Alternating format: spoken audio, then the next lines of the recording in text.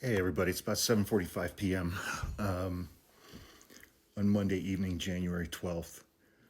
I got a long text message from a friend of mine, a very, very dear friend of mine, who is Jewish and whose grandparents came to the United States fleeing what Jewish people fled in Europe and Germany in the 1930s and 1940s. They went on to have kids, their kids had kids, and their kids have kids. And I asked her if I could share this, and she said yes.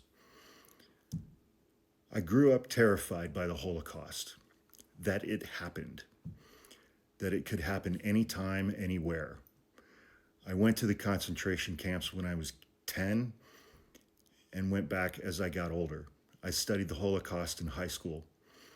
In college, I was a history major, and most of my upper division classes were about the Holocaust or other genocides. For about 10 years, from the age of 15 to 25, I had recurring nightmares of being taken, my family being taken,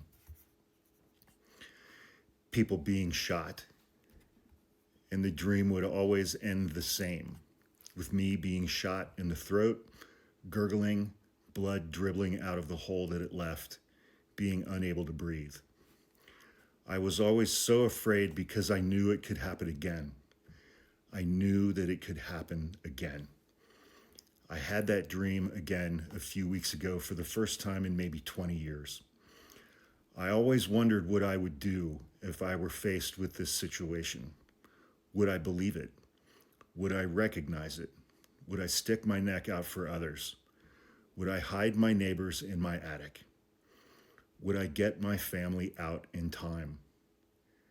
I never really thought I would be faced with those questions, and yet here we are.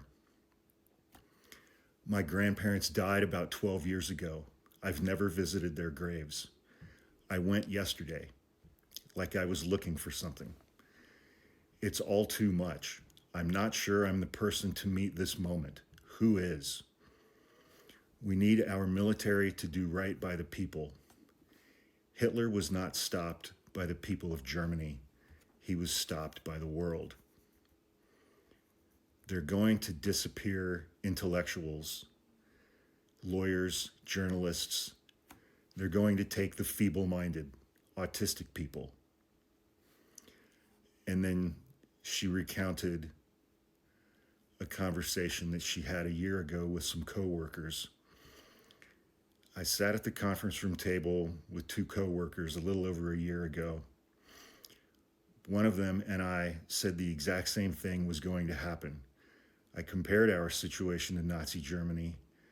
I said they are going to go door to door and take people or kill them right there in front of their neighbors.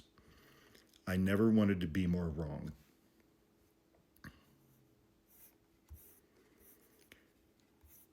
And so I asked her if I could share that, and she said yes.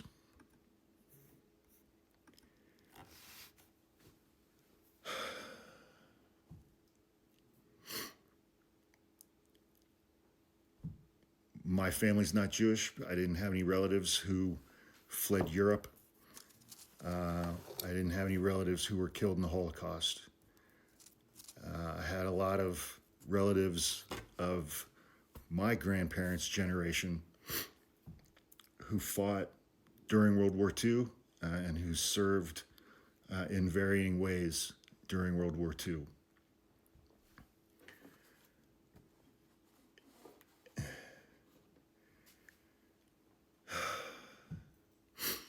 I don't have that generational experience. I don't have that generational trauma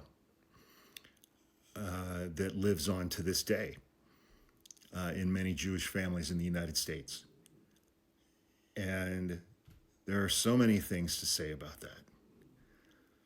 And she's one of the strongest people I know. She has two amazing kids. And is a fantastic person. an incredibly talented and skilled professional in what she does for a living. I'm scared enough just being a dumb white guy from Ohio, you know, without any of that kind of history in my family, without that kind of trauma, generational, in my family. And she sent me that text in response to a duet that I did of another creator's video talking about Anne Frank. And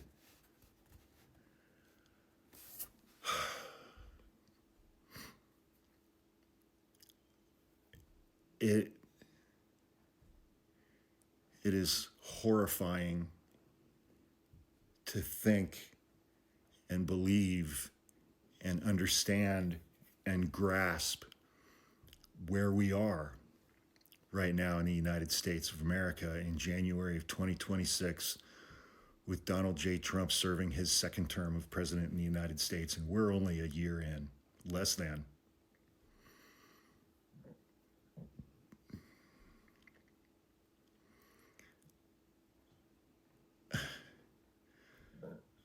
You know, I've said many times that, and I say it kind of flippantly, and I've said it many times kind of flippantly.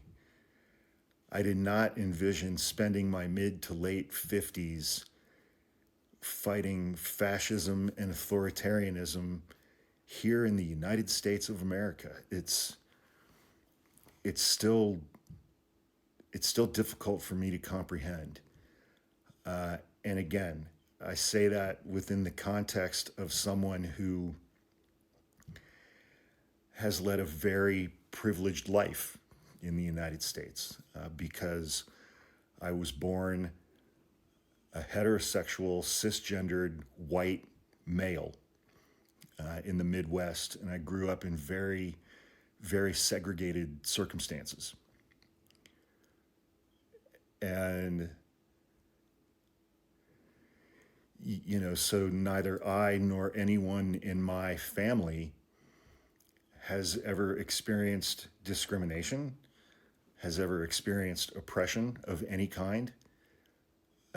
Certainly no one, including me and my family, has ever experienced anything like what African Americans in this country have experienced for 400 years, or what Native populations, First Nations, people in this country have experienced for a similar amount of time.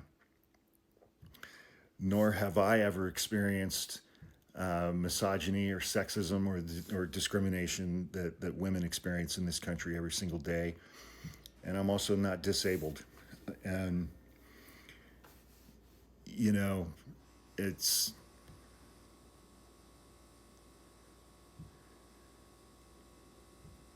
you know, white America on the left has a lot of catching up to do. And we're going through some shit right now. We are going through some shit. We are going through things that we have never experienced before. The power of the federal government is being used now against white people, and especially white people on the left, in a way that has never happened before, especially related to white men. I mean, women of all colors in this country have experienced misogyny and sexism and oppression forever. And I don't know. I'm very frightened. I'm very frightened about what it's actually going to take to stop this government from doing what it wants to do to all of us. And the only thing that I know is that it's going to take white people to stop it. And it's going to take white people being willing to risk more than they've ever had to, ever in their lives, generationally. And I don't know if we're up to it, to be blunt. Parades and marches are not going to get it done. They're just not.